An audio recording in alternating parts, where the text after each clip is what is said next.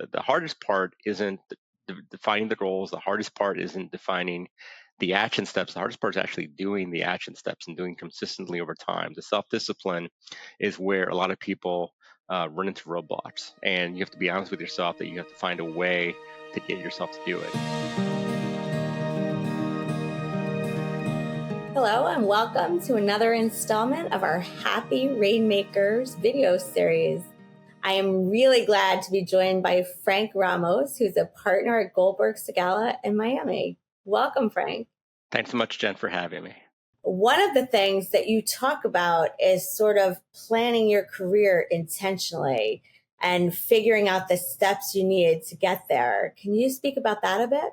No matter where you are in your career, whether you're just starting out or you're older like I am, I'm 52, and maybe you want a new change or new direction, you want to think to yourself, well, where do you want to be at the end of that career? What do you want to be doing? Who do you want to be serving? What clients do you want to have? What reputation do you want to have? And then work backwards from that. I think goals are very important to write down.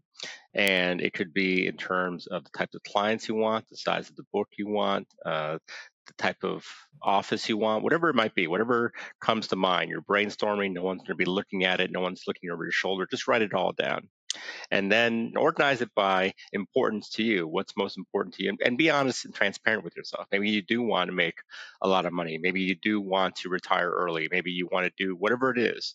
This is your life and no one gets to judge you for it. So go ahead and put all those topics down and then think about what are the action steps, the actual things you have to do to get there. And then write that down. And again, no specific order, just write them all down. And then once you've done that, put together a plan. You know what your goals are now. You know typically what the action steps are, and then you can write it out. You can say, I need to do A, B, and C, and then you have to hold yourself accountable.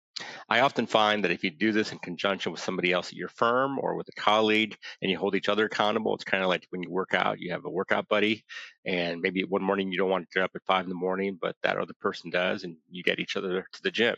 This is no different.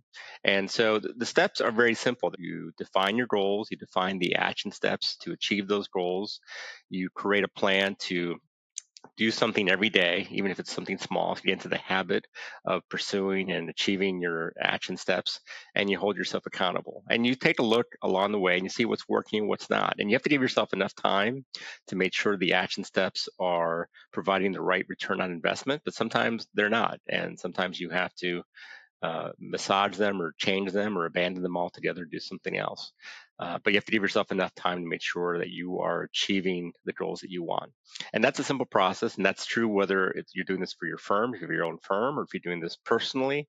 It's true whether you're doing this for your career, or if you're doing this, let's say, get in shape or improve your dieting or improve your personal relationships or your dynamics at home. It's all about goal setting, uh, defining action steps, and then doing them. The hardest part isn't defining the goals. The hardest part isn't defining the action steps. The hardest part is actually doing the action steps and doing consistently over time. The self discipline is where a lot of people run into roadblocks, and you have to be honest with yourself that you have to find a way to get yourself to do it. And whatever action it is, whatever items you're doing, if you can do it consistently for a month, it'll become a habit. If you exercise for a month, you're probably going to keep exercising. If you eat right for a month, you're probably going to keep eating right. And so you just have to make yourself do it for about a month. And if you do that, then you'll find that after that, it'll just become part of your daily routine. So it sounds like having an accountability partner is an important part of developing a habit.